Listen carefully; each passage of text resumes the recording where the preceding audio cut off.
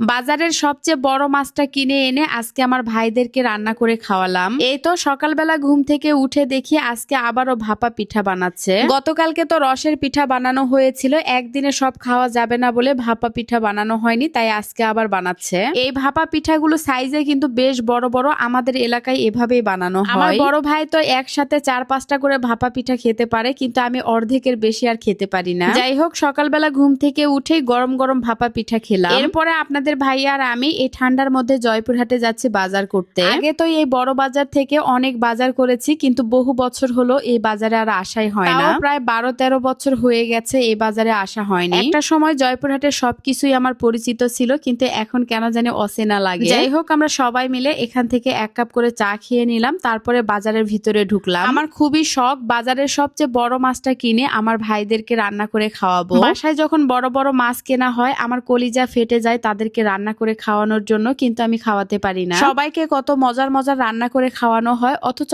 আপন মানুষগুলোকে রান্না করে খাওয়ানোর সুযোগই হয় না। একটা বড় কাতলা মাছ নিয়েছি, ওইটাই সবচেয়ে বড় মাছ ছিল। তো মাছটা নেওয়ার পরে চলে আসলাম নতুন হাটে। ভেবেছিলাম নতুন হাটে হয়তো হাঁসের দাম কম হবে, দাম কম পেলে 5-7টা হাঁস নিয়ে যাব, কিন্তু দেশি হাঁসের দাম অনেক বেশি, তাই আর নেওয়া হলো না। চীনা হাঁসের মাংস খেতে নাকি অনেক বেশি স্বাদ লাগে, তবে আমার কখনো খাওয়া হয়নি। 2টা চীনা হাঁস নিয়ে নিলাম, 2টা হাঁসের দাম 2200 টাকা নিয়েছে। সবাই বলে গ্রামের হাটগুলো থেকে জিনিস কিনলে নাকি দাম কম পড়ে, তবে আমার কাছে মনে হয় গ্রামের হাটগুলোতে জিনিস কিনলে আর বেশি দাম পড়ে। যাই হোক, বাজার করে চলে আসলাম বাড়িতে। হাঁসগুলো দেখে আমার বড় ভাই বলছে হাঁসগুলো নাকি কয়েকদিন পরেই ডিম দিবে। যেহেতু কয়েকদিন পরেই হাঁসগুলো ডিম দিবে, তাই আমার চাচাতো ভাই বলছিল হাঁসগুলো তাকে দিতে, সে ঢাকায় নিয়ে যাবে। শখ করে হাঁসগুলো কিনে এনেছিলাম খাওয়ার জন্য, কিন্তু আমার চাচাতো ভাইকে হাঁসগুলো দিয়ে দিলাম। এরপরে মাছগুলো বের করে নিলাম। বড় একটা কাতলা মাছ নিয়েছি, আর সাথে 2টা তেলাপিয়া মাছও নিয়েছি। মাছটা কেনার সময় কিন্তু একেবারে জীবিত ছিল, আর জীবিত মাছ খাওয়ার স্বাদই আসলে আলাদা। ভাবি মাছটা কেটে ভালোভাবে ধুয়ে নিয়েছে, আজকে আমি নিজে হাতেই মাছটা রান্না করব। এবার বাড়িতে আসার সময় সাথে করে আমি একটা এয়ার ফ্রায়ার এনেছি। বাড়িতে আসলে আরিয়ান বাবু এটা সেটা খাওয়ার জন্য বায়না ধরে, আর দোকানের খাবারগুলো খাওয়াতেও ইচ্ছে করে না। TQIU ব্র্যান্ডের এই এয়ার ফ্রায়ারে সব ধরনের ফ্রাই জাতীয় খাবারগুলো খুব সহজেই তৈরি করা যায়। এটা খুবই স্বাস্থ্যসম্মত,